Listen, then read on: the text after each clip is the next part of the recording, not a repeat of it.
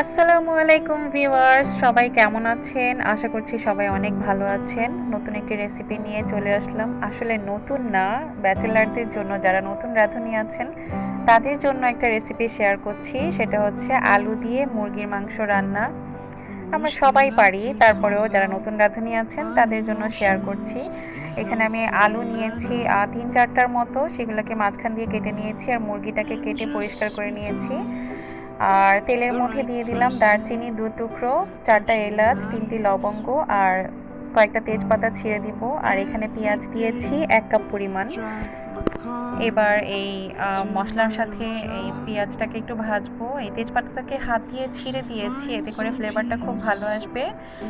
পেঁয়াজটা ভাজার সময় দিয়ে দিলাম ১.৫ চা চামচ পরিমাণ লবণ। এখানে আমি লবণটা একবারেই ব্যবহার করেছি, পরবর্তীতে আর কোনো লবণ দেব না। পুরো রান্নায় যতটুকু লবণ দেব সেটা পেঁয়াজটা ভাজার মধ্যেই দিয়ে দিয়েছি। এইবার দেখুন পেঁয়াজটা গোল্ডেন ব্রাউন কালার হয়ে গেছে। এখন মশলাগুলো দিয়ে দিচ্ছি। দিলাম ১.৫ চা চামচ রসুন বাটা, ১ চা চামচ আদা বাটা, আরও দিচ্ছি ১ চা চামচ হলুদ গুঁড়ো, আর দিব ১ চা চামচ মরিচ গুঁড়ো। মশলাগুলোকে একটু মিক্স করে নিচ্ছি, তা না হলে পুড়ে যাওয়ার সম্ভাবনা আছে। মরিচ গুঁড়োটা দিয়ে দিলাম। এবার দিলাম ১ চা চামচ জিরার গুঁড়ো, আরও দিয়ে দিব এখানে আমি প্রায় হাফ টিস্পুন পরিমাণ গরম মশলা পাউডার। গরম মশলাটা আমার ঘরেই তৈরি করা। এবার সামান্য একটু পানি দিয়ে মশলাগুলোকে সুন্দরভাবে কষিয়ে নিব। মশলা সাধারণত আমরা যেভাবে কষাই ঠিক সেভাবেই তেলটা উঠে আসা পর্যন্ত মশলাটাকে কষাবো।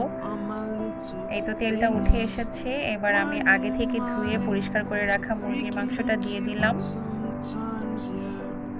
মুরগির মাংসটা দিয়ে মশলার সাথে খুব ভালোভাবে মিক্স করে নিচ্ছি। এটাকে কিছুক্ষণ মশলার সাথে মিক্স করে আমি ঢেকে দিয়ে রাখবো পানি উঠে আসা পর্যন্ত।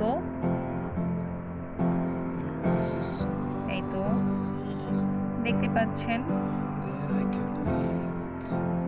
এবার আমি ঢাকনাটা দিয়ে দিচ্ছি। ৫ মিনিট পরে দেখে নিচ্ছি। দেখুন বেশ খানিকটা পানি উঠে এসেছে। আমি মাংসটাকে বেশ ভালোভাবে নেড়ে চেড়ে দিচ্ছি।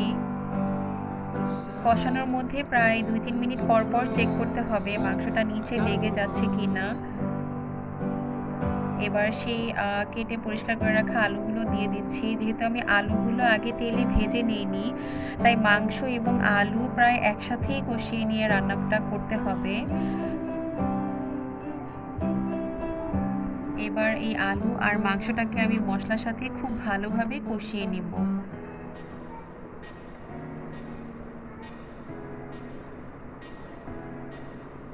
আলুগুলো সেদ্ধ হতে যতটুকু সময় লাগবে মাংস সেই পরিমাণেই সেদ্ধ হবে।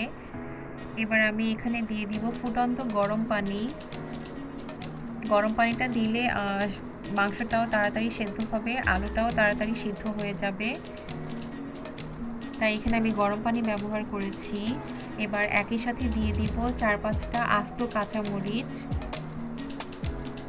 এই কাঁচামরিচটা এখানে একটা সুন্দর ফ্লেভার আনবে, পাশাপাশি সামান্য একটু ঝালও হবে।